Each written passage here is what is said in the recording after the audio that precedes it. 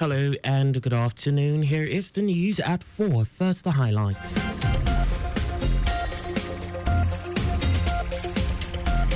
Lagos State government flags off special scholarship for inclusion awards in tertiary institutions. Federal government advocates strong regional collaboration to turn Africa borders from flashpoint of conflict. On a foreign scene, 7 people die in Togo's anti-government protests. And in sports, age cheating rocks Team Ethiopia ahead Confederation of African Athletics Championship in Abeokuta. And now the details. I am Akan Usen.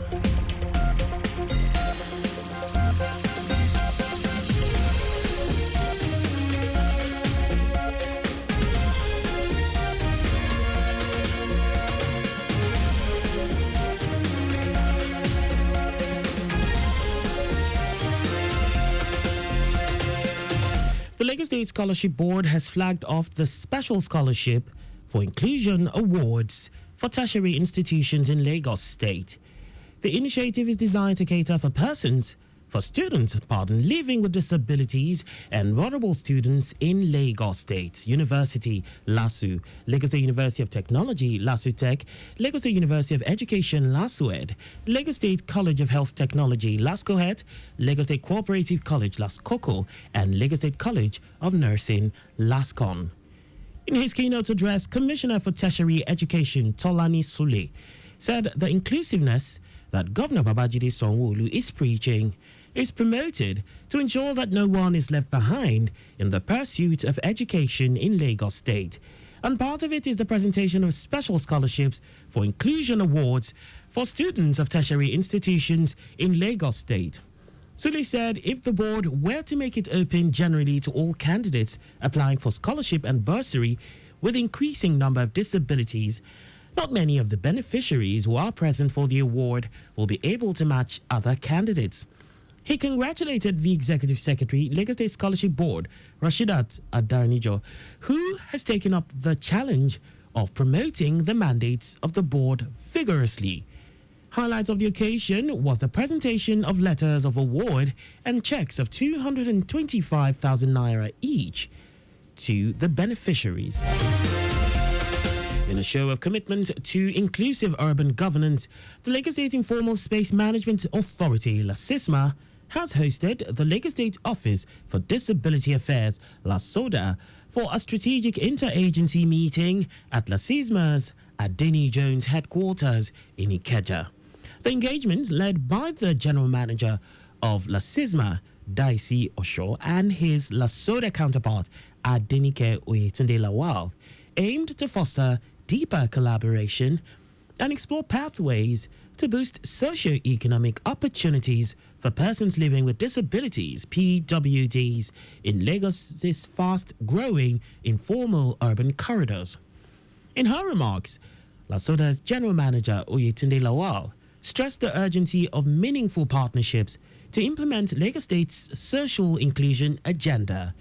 She cited the increasing number of PWDs in the state and called for bold actions to ensure accessibility, economic participation, and inclusive planning across all urban spaces, including informal ones. The Lagos State Commissioner for Tourism, Arts and Culture, Toke Benson Awoyinka, has called on hotel managers and stakeholders across Africa to embrace global best practices and strategic partnerships to drive sustainable growth in the hospitality industry. Speaking as the chief host at the 2025 Hotel Managers Conference Africa held in Lagos, Benson Awoyinka said the conference serves as a crucial platform for industry players to exchange ideas, explore emerging trends, and build networks that will strengthen the sector's resilience and competitiveness. Highlighting the importance of tourism and hospitality to Lagos State's economic growth, job creation, and cultural diplomacy, Benson Awoyinka reaffirmed the state government's commitment to investing in infrastructure, security, and capacity development programs that enable the sector to thrive. The two-day conference themed Synergizing for Sustainable Growth Through Global Best Practices featured a series of insightful sessions, including discussions on integrating global standards, sustainability in hospitality, and technology-driven guest experiences. And now to the rest of the stories. The federal government has called for stronger regional collaboration to turn Africa's international borders from flashpoints of conflict into platforms for peace and economic development. This appeal came during the 2025 African Border Day celebration in Abuja, with the year's theme, Building Border Community Resilience and Economic Development Through Cross-Border Cooperation, aligned with the African Union's overarching focus on justice and reparations for Africans and people of African descent. In a keynote address, Director General of the National Boundary Commission, Adamu Adaji, underscored the urgent need for African nations to rethink their approach to borders, arguing that good fences make good neighbors. Adaji stressed that Nigeria has already ratified the African Union's Niamey Convention on Cross-Border Cooperation, a framework designed to promote development and peace across shared borders. The United States Soybean Export Council, USSEC, and the U.S. Mission in Nigeria are partnering with Nigerian companies to increase trade and supply, thereby bridging the country's protein gap. The U.S. Soybean Export Council, in a statement, said its signature Nigeria Now conference held in Lagos brought together stakeholders across the government and private sectors, including poultry producers, nutritionists, and more. USSEC stated that with a population of over 236 million and growing, Nigeria's protein consumption per capita remains low at only 45.4 grams per person per day, compared to the FAO's minimum recommended intake of 60 grams. Speaking at the event, Acting U.S. Consul General, Lagos, Nigeria, Joe Ellen George, noted that the collaboration between USSEC and U.S. Mission in Nigeria is critical in helping export-ready U.S. companies build business relationships with Nigerian agribusinesses and promote the use of U.S. soy in Nigeria's feed and food industries.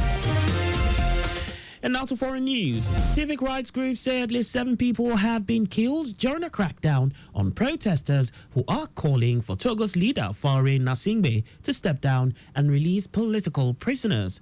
According to a coalition called Le Front Citoyen Togo Debout, 7 bodies were recovered from rivers in the capital city, Lomé. The Togolese government has denied these deaths were linked to last week's demonstrations.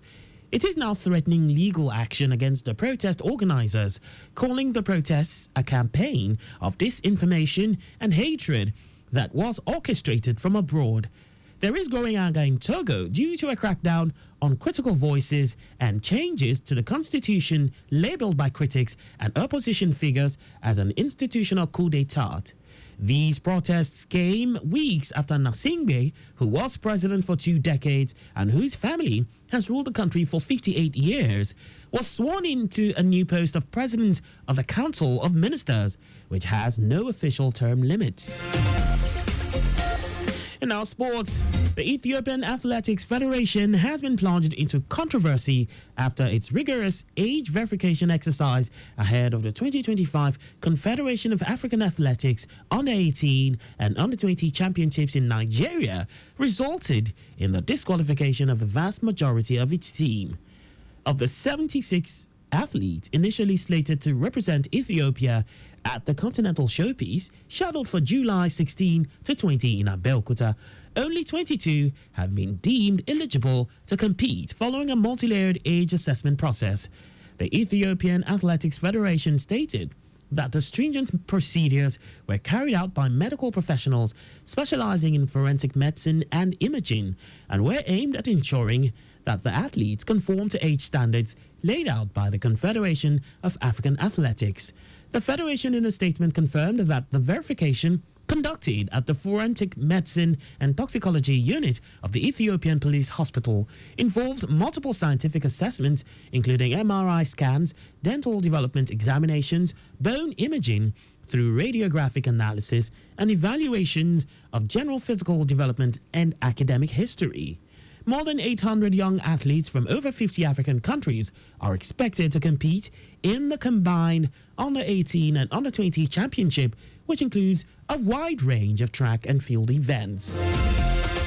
And that's all for the news at 4. Always carry out proper and adequate checks on your vehicle before setting out. You can follow us and like all our various social media platforms on X at Traffic Radio 961, Facebook Lagos Traffic Radio 96.1 FM, Instagram Lagos Traffic Radio 961, YouTube at Traffic Radio 961. Visit our website on www.trafficradio961.ng. You can also listen to Lagos Traffic Radio 96.1 FM live on My Lagos app for timely updates. Did you know that the Sanwo-Olu administration organized a mentorship seminar for over 1,000 youths on the theme Agripreneur, Strategy for Wealth Creation? You can get more details on the Lagos State Government's website. To end the news, here are the highlights of the major stories. The Lagos State Scholarship Board has flagged off the Special Scholarship for Inclusion Awards for tertiary institutions in Lagos State. The initiative is designed to cater for students living with disabilities and vulnerable students in Lagos State University, LASU, Lagos State University of Technology, LASUSTEC, Lagos State University of Education, LASWED, Lagos State College of Health Technology, LASCOHET, Lagos State Cooperative College, LASCOCO, and the Lagos State College of Nursing, LASCON.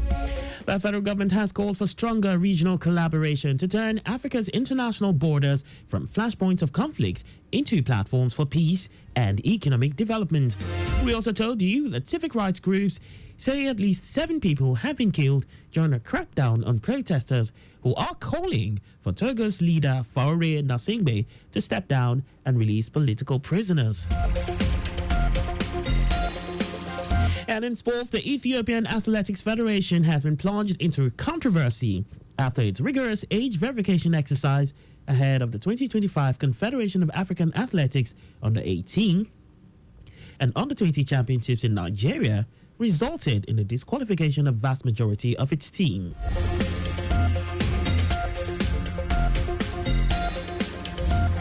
For contact with the newsroom, please send a message to info@trafficradio961.ng. And that ends the news broadcast compiled by Adeswa Ejoyoka. I am Akan Usen. Thanks for listening and please stay safe. Good afternoon.